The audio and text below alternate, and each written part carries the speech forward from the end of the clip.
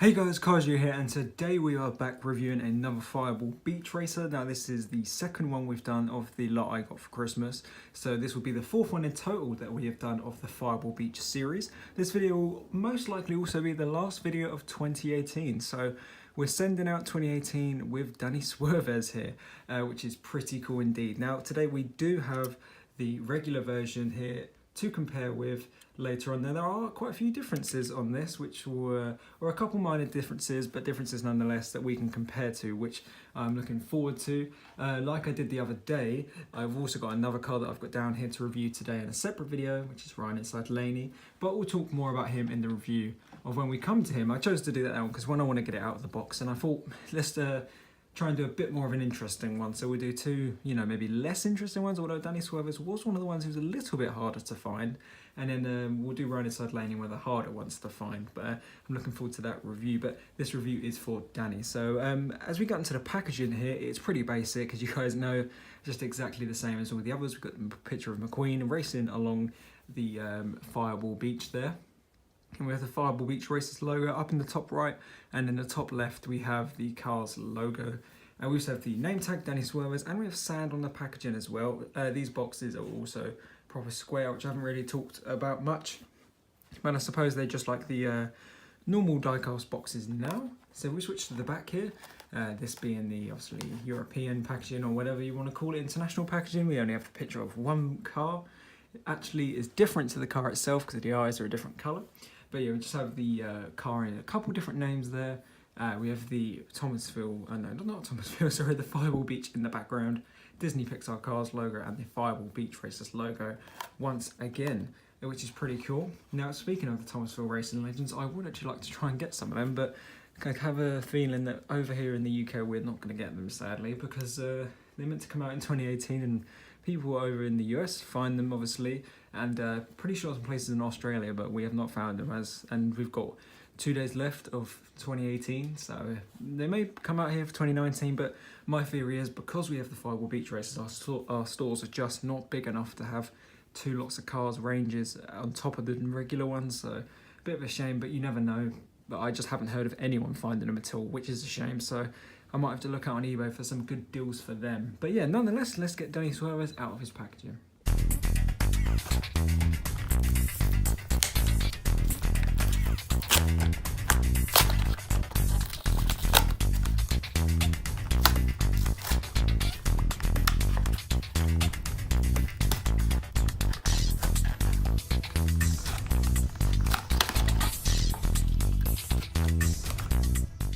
Alright then, so here is Danny Swervez out of the packaging. He looks really, really cool. As always, I give my quick little look around of the cars, and I've noticed a couple differences, which is really cool to see.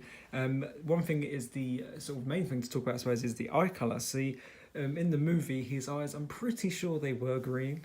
I guess they were, and then on the diecast we got brown, no matter if it was the purple variant like this, or if it was the blue version, which I have actually just down there in the background, which is pretty cool. But yeah, this is a really, really cool one. Like I said, I think all these Fireball Beach races look really cool, and I was pretty surprised that I didn't actually think I was going to collect them at first, but I definitely am now for sure, because well, I have them all now, apart from Rich and Mater, which, as I've previously stated, or at least I believe I have, I'm actually waiting for to find the variant of Mater, which could prove a little bit difficult, but I'm sure if I keep my eye out, I should be able to find it. I know eBay's probably out of the question for that, because you never know if they're going to send that one, unless they specifically say, I suppose. Yeah, Danny Swervez is looking awesome. It really brings out the purple with this sand, like sort of decaling and stuff. And I love the no rookie stripes on the back. It looks really, really cool. Now, like the other Fireball Beach video, he doesn't actually appear anywhere on screen. We can just assume that this takes place after the events of Cars 3, because he doesn't have these rookie stripes, which all the next-gen cars are sort of legally meant to have in the rules of the Piston Cup if they are a rookie, which they all were.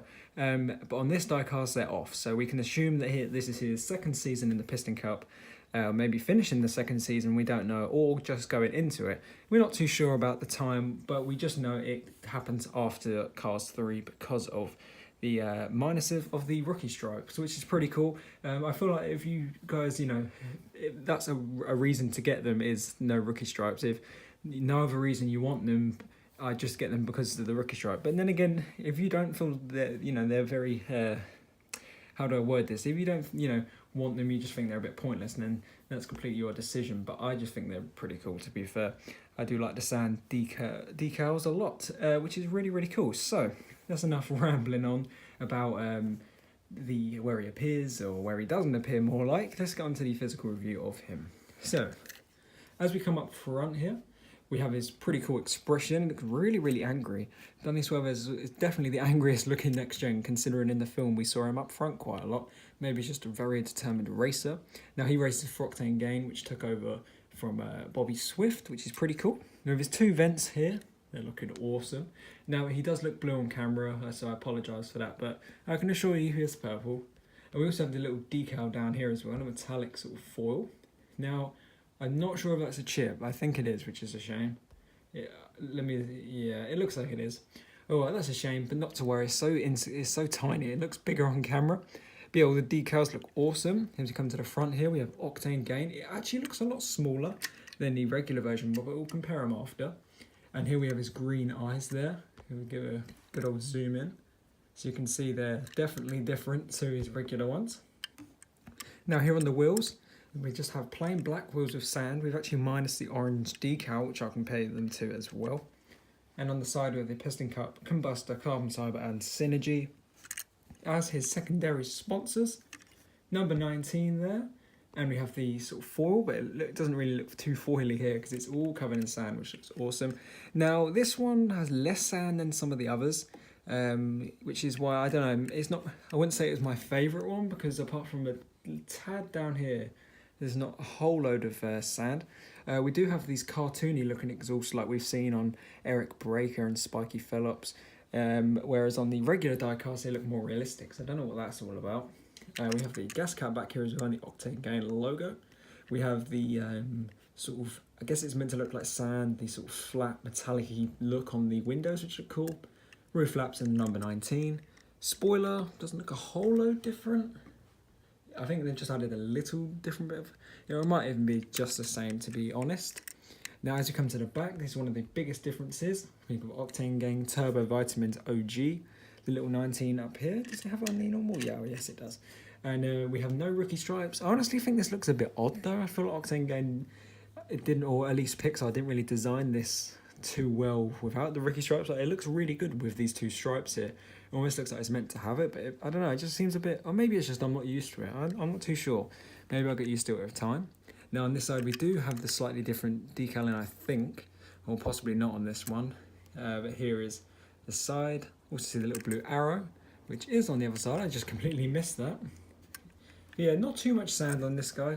If we have a quick look at the base here, you can see it's all a sandy colour, which is awesome. Now that's about it for him as a car. Now I guess we can compare him to the regular version. This is where it'll get interesting. So as we come to the front here, you can probably tell a slight difference in colour. They both look quite blue, but this looks more purple in comparison to the regular one.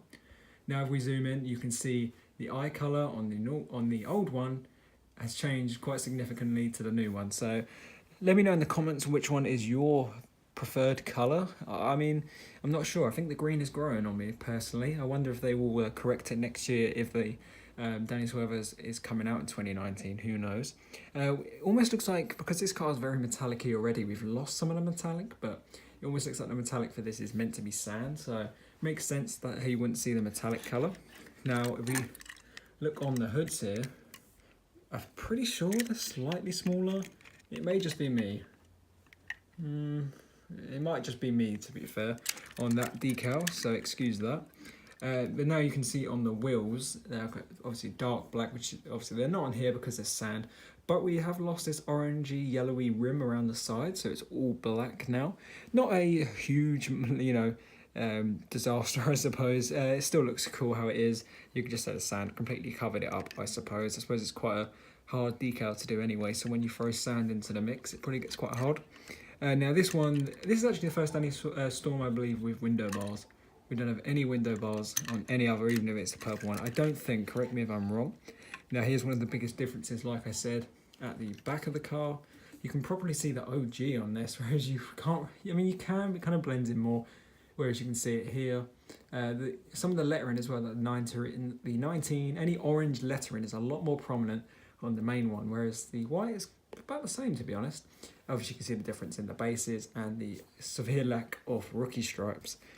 As we go to this side here, apart from the bad decaling on this one, there's not a whole load of differences once again. Just a tad bit of sand, but obviously the biggest difference is the base. There we are, different codes I'm pretty sure. It says DXV42 and same on this, so that code is the same. Maybe that's the code for the character. And then we have the date stamps, which are quite a bit different. Because it's a 2017 car, and then to, I guess, maybe I'm not sure. Maybe this is probably made in 2016 and made in 2017, which is pretty cool. So that does it for the review of Danny Swervez. Hope you guys did enjoy. Very cool car indeed. I love the fact that we have got rid of the rookie stripes. As much as it doesn't look amazing, it's just cool that we have one without the rookie stripes. Now he's not a rookie no more. So yeah, it'll be really cool to see what they do in 2019. Hope you guys stick around for 2019, and I'll see you there, most likely with the first review of Ryan Inside Laning, which I'm actually about to record right now. So yeah, thank you guys for the amazing year we've had on YouTube. I'll take the time to say that now. It's been really, really good, grown so much. We might, maybe not, but we might just hit 100,000 views by the end of the year, which would be awesome. But if not, I'm sure we'll hit it early January time, which will be very, very cool as well. Anyway, guys, thank you for watching this review. I hope you guys did all enjoy. And as always, I'll see you in the next diecast review.